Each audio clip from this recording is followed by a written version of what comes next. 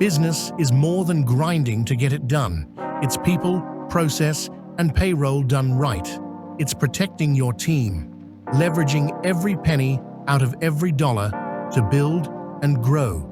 From HR to insurance, from strategy to scale. We give you the playbook so you don't have to figure it out the hard way. This is the PEO Playbook, hosted by Chad Philly with Staff Brokers Inc. Get valuable insights and learn to grow your team without HR headaches. Let's get started. All right, welcome to this week's edition of the PEO Playbook. I am Chad Philly with Staff Brokers. I'm here with Marty Gray, the CEO of Staff Brokers. And we're going to talk a little bit about PEO, everything's PEO, and how it impacts all the various aspects of business outsourcing, payroll, work comp, and human resources as it applies to small businesses. Today, we kind of wanted to touch base on some of the benefits and things that PEO can help with as it relates to businesses with multi-state exposure, whether that be offices in multiple states or just businesses that are based in one state but crisscross state lines due to the nature of their work, working out of state, coming home, having to travel and stay out of state for extended periods of time, et cetera. And Marty, if you just want to kind of take it off as far as no specifics, but what are some of the benefits as far as that goes for the businesses? Well, this is one of those areas where PEO is really immensely beneficial because there is no simple answer to state or county to county rules. Yes, there's a lot of states that have reciprocity rules so that they're already in place and you kind of know what the tax rates that you're using in your state are good to cover for the same tax rates as long as you're not more than 30 days, or sometimes if you're going for longer and your men are staying in a particular location, then you have to change particular tax brackets or taxing locations or states, pay income taxes for those counties if your people are changing and living there for a while. And the beauty of it is all you have to do is pick up the phone and communicate with your payroll processor, communicate with the PEO that this is where we're going, this is what they're doing. And the PEO will immediately pick up on, well, we may need to look at the work comp change because we're going from Florida to Georgia or from Florida to South Carolina or wherever. And we may need to change some taxes associated with state unemployment, again, for each particular state. But it's also a huge plus. In many cases in the private market, you're buying comp based off of the state that you're in, and you've got to beg to be able to go into other states. With PEO, it's simply making a phone call, letting them know what state you're going into. And if we've done our job up front, we know what states you're looking to potentially do business with in the future, and we're going to put you with the PEO that is in those states. Yeah, and something especially from a work comp point of view, different states are regulated differently from a work comp point of view. Florida, for example, everybody is kind of a level playing field. There's a state rate across the board for all work comp carriers. That's kind of the base rate. If you go into other states, that's not always the same. So you can end up with kind of a huge cost differential for employers if they go in blindly versus calling up and asking ahead of time.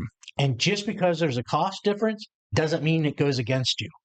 There's plenty of times where leaving one state and utilizing another state's work comp rate is low. So you're more on you have a competitive advantage by being with the PEO who knows and has coverage in all of the states. Can you touch on a little bit? We talked about interstate, you had said something about going for less or shorter amount of time and coming back and how that may impact taxes. Yeah, there's a kind of a rule that we've used of 30 days or less. If you're just traveling for 30 days and you're going over border to do a job, there's no real major reason to change comp codes because you're coming back to your home state. But if you know you're going to be doing business there on the reg and you're going to be having employees in that state, and you want to grow that market. By having, what do you mean by having? Like they live there? Is that what you mean by when they live there, you're hiring people in that state? when you live there and you hire somebody in the new state, then there becomes a requirement to have that state's work comp on the policy as opposed to, the state that you're next to. That's the reciprocity rule that they allow.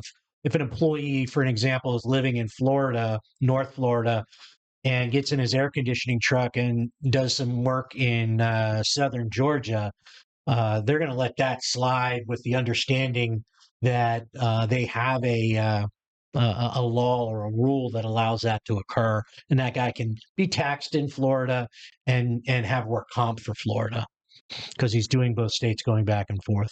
And is that the same for every state, or is No, unfortunately, it's not. It's amazing that some states have no reciprocity rules and can literally be stubborn to the point where you need to have two policies and you need to report the hours to the report the hours that you're in that state on that particular comp policy versus your other state's comp policy, which again is another reason why having a PEO is a huge help. We're set up to help you with that, and we would be able to communicate to you those particular states that works like that. How else, also, when we get into, now we're talking more about traveling states, what are we looking at benefit-wise for, let's say, somebody that just has a multi-state operation and they have offices in Florida, Illinois, California, just, have separate locations. Are you talking healthcare or work comp? Work comp for one. I mean, obviously you kind of talked about there's an easier transition there and the ability to get rates, but as it relates to human resources or different human resource related stuff that. Well, one would definitely be there are different rules and regulations for each state. So when we go and create a handbook for a employer and we know the states that they're in, let's say they're in the multiple states, then those policies will come out in the handbook. There's also some times where state unemployment tax, of course, is another big one. And not every state's the same there. Some states like Florida is, you're taxed on the first $7,000 of each income, and others, it goes all the way up to the first $21,000. And, going into a state, that's again, difficult or an effort to go get your own state unemployment, where a PEO is going to have that already set up for you. And you can utilize their state unemployment rate for those states, which means you might be getting a better rate from being with the PEO because they've already got their rate in place as opposed to getting a brand new state rate. Gotcha. But that's also not always true in that there are some states where, regardless of PEO, the client still has to go file their own state unemployment. Correct. Not that the PEO will do it for them, will do the filings, but they're stuck with setting up their own. And when you say stuck, they're not really stuck because it's the PEO who's doing all the work for them.